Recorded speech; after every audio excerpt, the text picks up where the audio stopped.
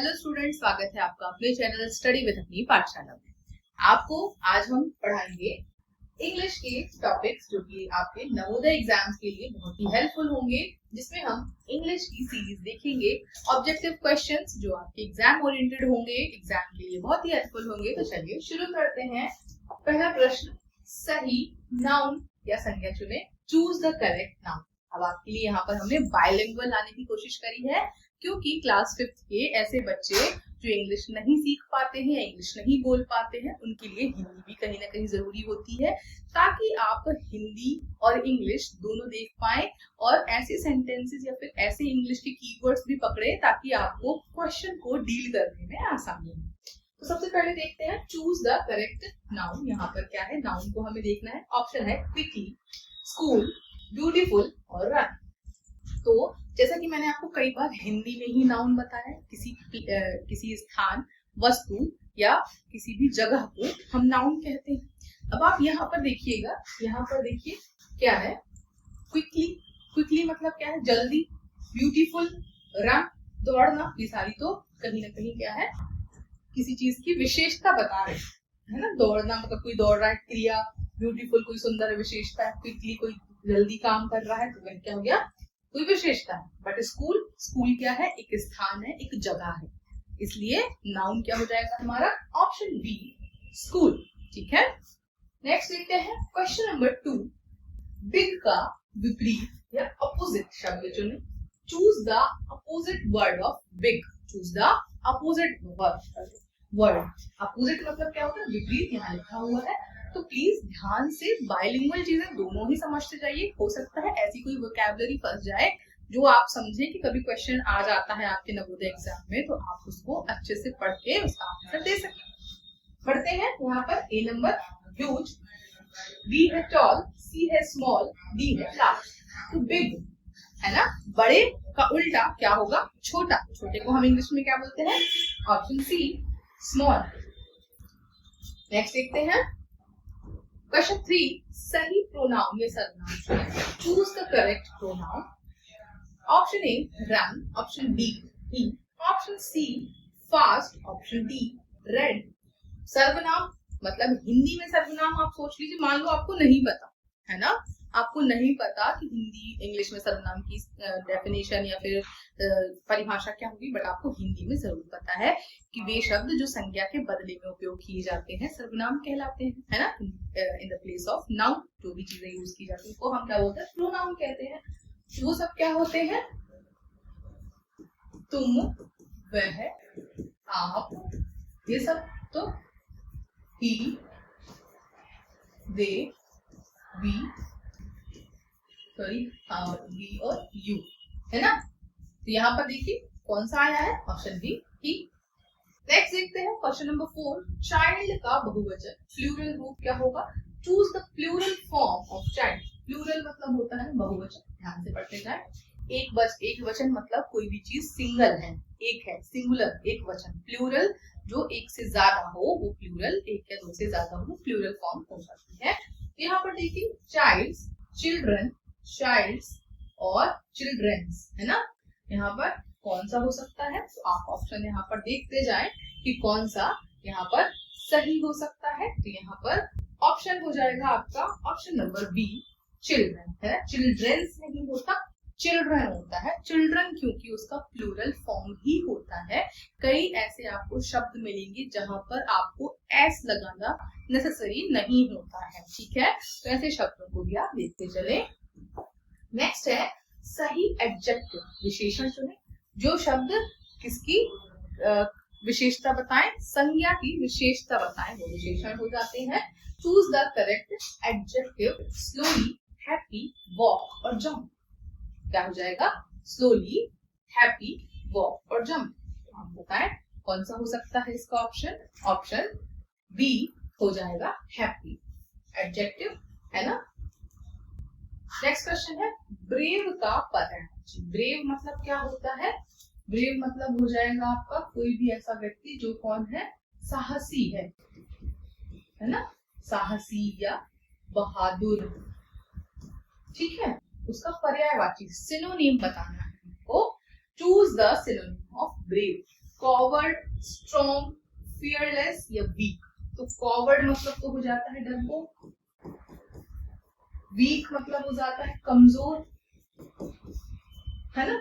Strong मतलब क्या हो जाएगा, स्ट्रॉन्ग मतलब भी एक जिसमें ताकत हो, और एक होता है फियरलेस जो डरता नहीं है, उसको हम क्या बोलते हैं, फियरलेस व्यक्ति बोल सकते हैं, फियरलेस मैन बोल सकते हैं।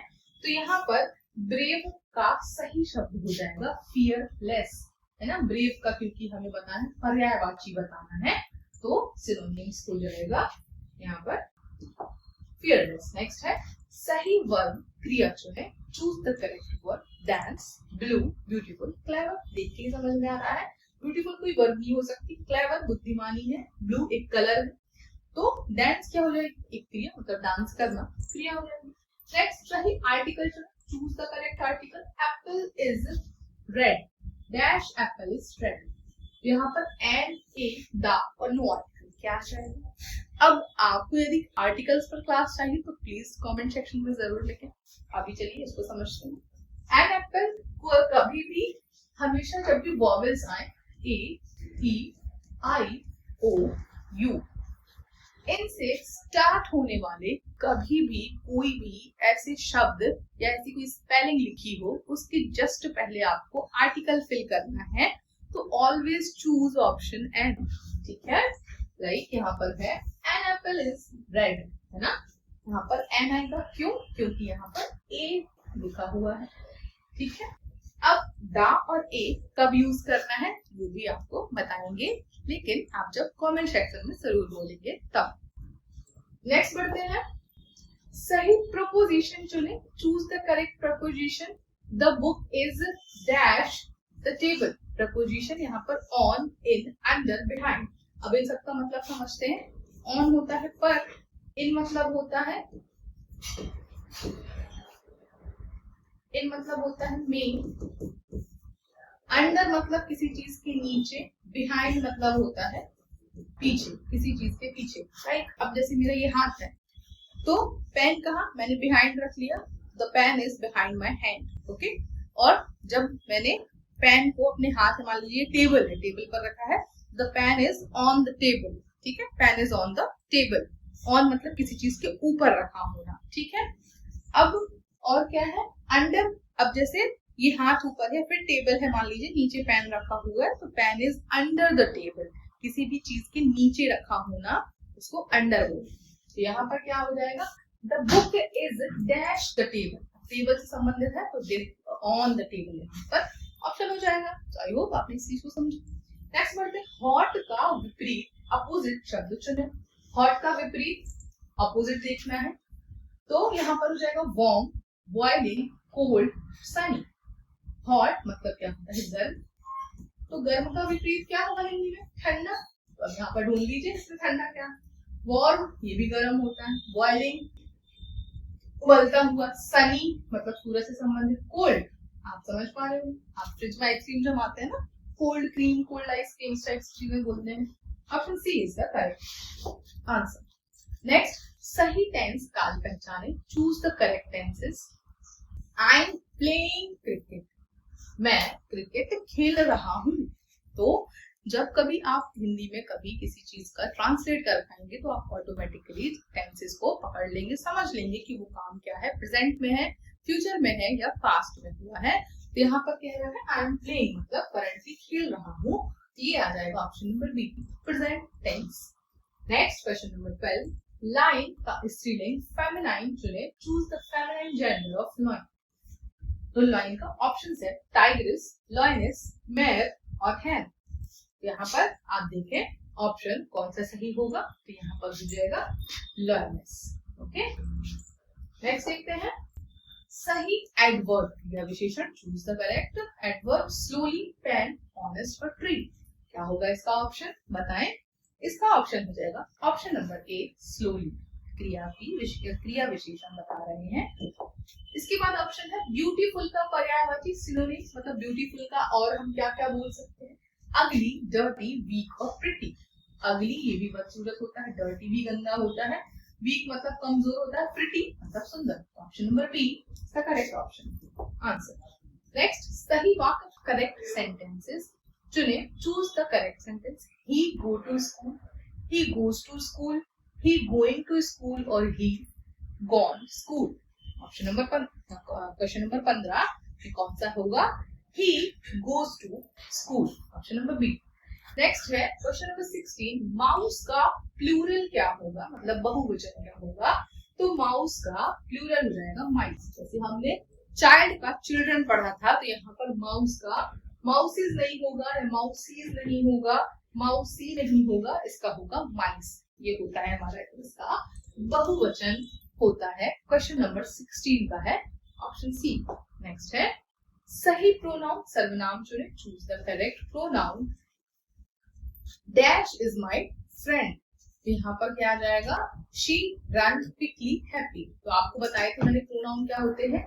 ही, शी, इट, दे, यू, मी, ये सारे क्या होते हैं? प्रोनाउन होते हैं। तो यहाँ पर देखिए ऐसा कोई सेंटेंस नहीं है, सिर्फ एक ही दिख रहा है आपको option, option A. Next question number 18, early का विपरीत, अपोजिट चुने। Choose the opposite, choose the opposite word of early. Early means क्या होता है? जल्दी। ऑप्शन फास्ट, लेट, सून और क्विकली। जल्दी का अपोजिट होगा लेट। नेक्स्ट क्वेश्चन देखते हैं। सही आर्टिकल चुने। Choose the correct article. Dash is useful, A and the. क्या आएगा? मैंने आपको पिछले क्वेश्चन में बताया था कि जहां भी वॉवेल्स हो, ए, ई, आई, ओ, यू, वहां आंख बंद करके आपको एन ही चूज करना है हमेशा। तो एन अम्ब्रेला इज यूजफुल। ठीक है, नेक्स्ट क्वेश्चन देखते हैं। सही प्रपोजिशन चूज करें। Choose the correct preposition. The cat is dash the chair. अब कैट कहां पर बैठी होगी? चेयर पर बैठी होगी, तो आ जाएगा हमेशा यहाँ पर ऑन। जब किसी चीज के ऊपर कोई चीज रखी हो। नेक्स्ट देखते हैं क्वेश्चन नंबर 21। क्वेश्चन नंबर 21 है सही टेंस काल पहचाने। Choose the correct tense. She will dance tomorrow, she will. अब कहीं पर भी जब ये हेल्पिंग वर्ब्स आ जाती है, इसको आपको ध्यान रखना है किस टेंस की होगी। Past tense, present tense, future tense और इन तीनों में से कोई भी नहीं। तो विल हमेशा होती है future. Option C is the correct answer. Question 22, queen का पुल्लिंग क्या होगा? मतलब आपको पुरुष बताना है क्वीन का क्या होगा। तो क्वीन का क्या होगा? किंग, प्रिंस, मैन और boy.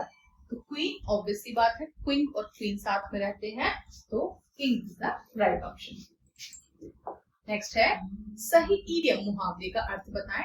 Piece of cake means, piece of cake जैसे कि हिंदी में मुहावरे होते हैं वैसे ही इसमें भी होते हैं इंग्लिश में। तो वैसे ही piece of cake, very difficult, very easy, very sweet, very tasty.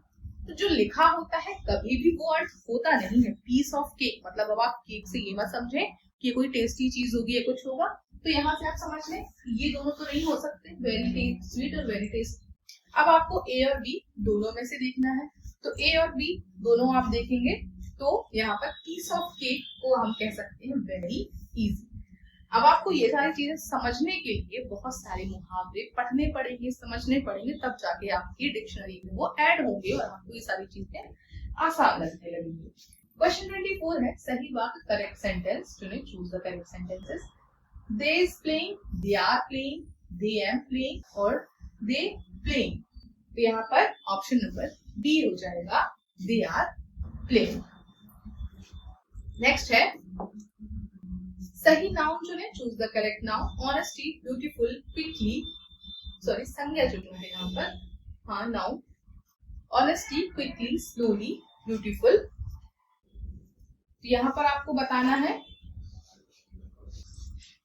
सही नाउन हो जाएगी आपकी ऑनेस्टी। इसी प्रकार से हमने यहाँ पर अपनी टेस्ट क्विज को यहाँ पर कंप्लीट किया। आई होप आपने ये पूरे इंग्लिश के क्वेश्चंस को बहुत अच्छे से समझा होगा और आपको बहुत ही हेल्पफुल भी लगेंगे। ये सारी चीजें आपके एक एक टॉपिक से थी और एक एक टॉपिक आपके बहुत अच्छे से क्लियर हो पाए होंगे। तो आई होप इसी प्रकार से आप हमारे चैनल पर वीडियोस पर बने रहेंगे। चैनल को लाइक शेयर सब्सक्राइब करना ना भूलें। Thanks for watching.